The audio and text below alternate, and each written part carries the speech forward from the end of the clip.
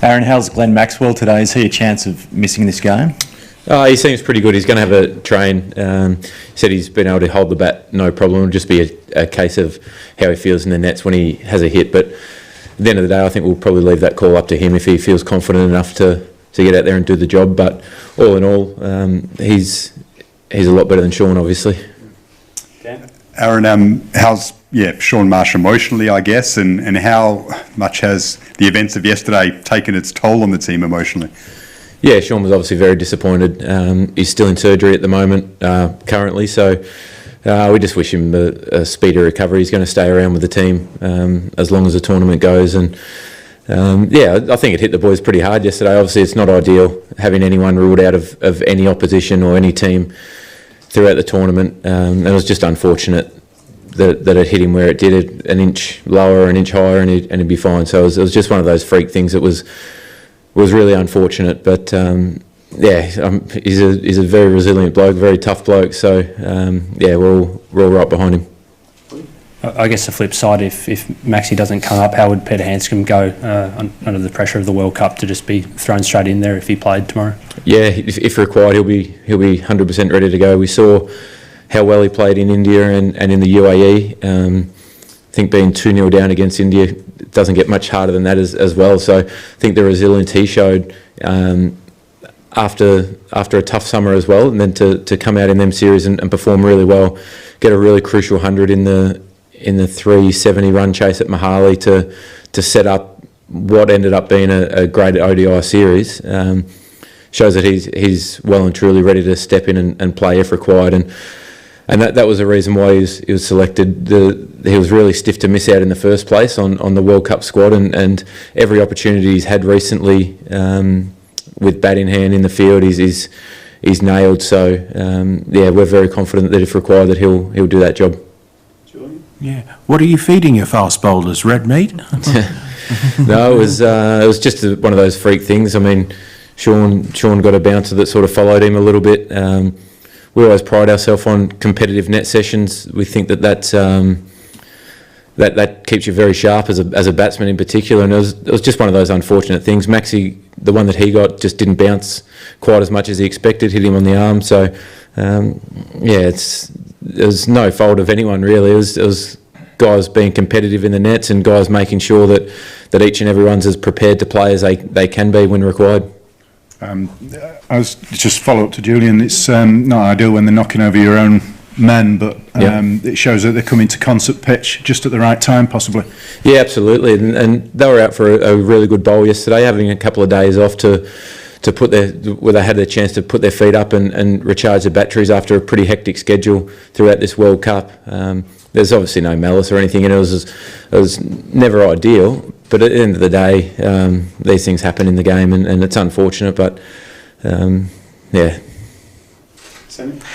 Off topic a little bit. I know you're a self-professed cricket nuffy. I know you've got a World Cup to deal with, but have you given any consideration to the 100 competition? I would love your thoughts as to what you make of that concept, and do you think it'll sing next year? Is it something that you've ever, have you given much thought to how it will play out? Not really, to be fair. I was a little bit surprised when they first announced it, but I think it's something different, something new. The ECB are trying something again to try and revolutionise the game, so it'll be exciting to play in, no doubt. It's at some point it's going to be brutal on one bowler in particular, isn't having to bowl a 10 ball over, or however that. I read something recently. I don't know how it's exactly going to go, or how the draft system's going to go in terms of who goes where, but it'll be interesting to see how it plays out. It's going to be exciting. I'm looking forward to playing in it next year. Aaron, South Africa have a good record against Australia in the last 3 years in one-day cricket. Why do you think that is, and do you think that'll count for anything tomorrow? I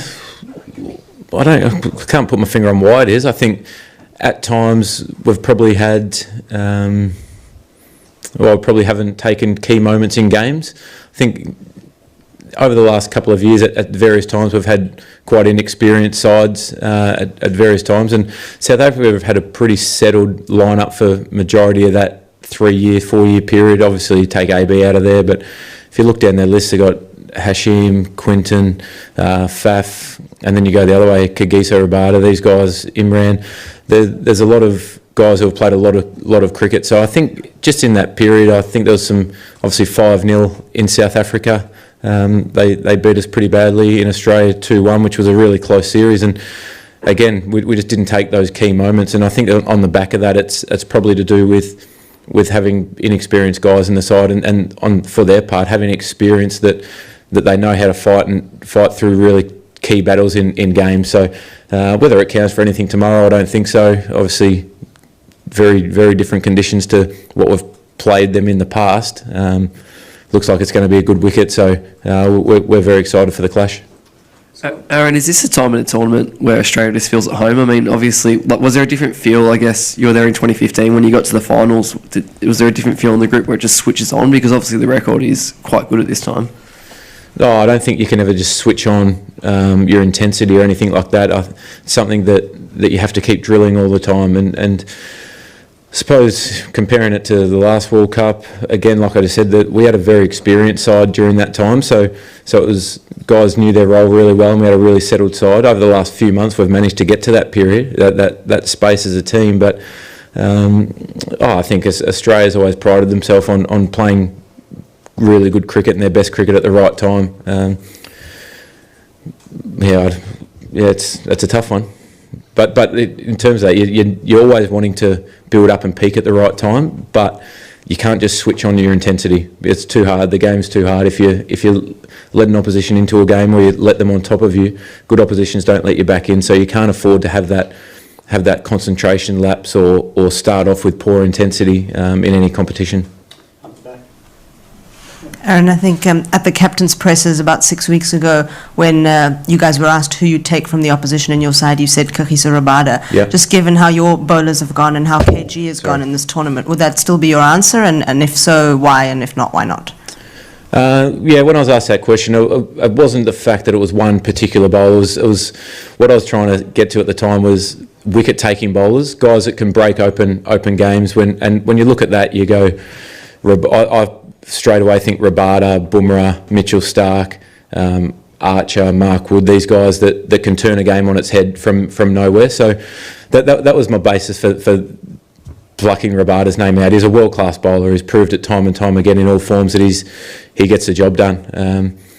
So no, it wouldn't change. Any of those guys that are wicket takers and get the best players in the world out consistently, you'd want them in your side. So it's going to be a tough battle. We know what he brings with the new ball, how explosive it can be at different times. So that's something that we're going to have to be right on top of our game first up. A lot has been made of the last time, the last Test series that what happened in Cape Town and the stairwell. But it's not just those incidents that South Africa and Australia seem to bring out the angst in each other. Why do you think that is? And are you going to have to somehow restrain your players on the field? Do you think? No, there'll be no restraint needed. Like I said last week, I think the spirit in which the World Cup has been played has been unbelievable. The sportsmanship, the camaraderie amongst the teams has been outstanding. I think Australia and South Africans, they're quite similar in a lot of ways. They're very competitive people, very passionate about the game, and try their best as hard as they can to win games for their country. So I think that's where the rivalry, I guess, comes from. There's been a lot of great test matches, close test matches, a lot of great historic one-day matches as well. So I think that's where it all stems from. There will definitely be no need for restraint, though. Aaron, can you reflect a bit on the sort of dramatic reversal in fortunes of the two sides? I mean, Cape Town last year has been mentioned, and you mentioned the last two series results, but going into tomorrow, it's very much Australia who have the momentum and South Africa who don't. What does that say about sport and just about the World Cup? Yeah, it says a lot about sport. It's you can never take anything for granted, and I think that's just in general. When you're playing well, you need to keep continuing to improve and make sure that you're doing everything in your power to help everyone around you improve, because the competition overtakes you pretty quickly if you sit still. But I think what's changed for us over the last little while is our ability to win the key moments in games, the ability to for somebody under any circumstances to stand up and put their hand up and play a key role to help win a game for Australia. So I think that's where it's come from, and that's not saying that going back a bit further that wasn't happening. It was probably just guys would get the team into a position to win a game, and then we just wouldn't grab that key opportunity. So I think for me it's been about having a bit more experience around the group and guys who have been in World Cups, in tight series, in high pressure environments where they have got the job done before. So there's that real belief in the group and in each individual that when their time is required, that they'll stand up and do the job for Australia. Is it any extra emotional for David and Stephen to play this game against South Africa, playing against them again? Is it possible to move on from what happened last year? I think everyone's moved on. There's definitely never any more or less motivation than international cricket itself. It's a World Cup. It's coming to the business end of the World Cup. There's not much more motivation needed from that, and I think. Well, from my point of view, majority of people have moved on from it. Last one, Sam, you don't waste it. When pressure's on, I was pouring over some stats before, and I had you guys as the best fielding team so far. Would just love your thoughts as to, based on these metrics, I mean, how have you assessed collectively the fielding standard, and how much emphasis do you put on that as a team? We put a lot of emphasis on our fielding. We pride ourselves on it. We work very hard on it. We're judged extremely hard from our coaches, JL, Punter, Hads, on our fielding, and it's not always the outcome. It's just about the intent with which you throw the ball, you attack the ball, cutting off ones in the circle. So it's always been a big part of our, I suppose, DNA of how we play our best one-day cricket, and it says a lot about the attitude that the team brings on that day. We know when we're playing our best that we're in the ring, we're cutting off ones, we're making the opposition feel uncomfortable with our movement in the ring and just angles that we're moving. So we've always prided ourselves on it, and touch wood, it's been very good in this tournament so far, and there's been a lot of work that's gone into that over quite a long period of time. A lot of blood, sweat and tears in some fielding sessions that have happened over the last couple of months in particular. But it's fielding's great fun when you're doing it well, and I think that's one thing. If you look around our group, we've got some of the best fielders in the world. Obviously, Davey's not throwing like he was a few years ago, but Maxie's he's as good as anyone in the world. Smithy's right up there.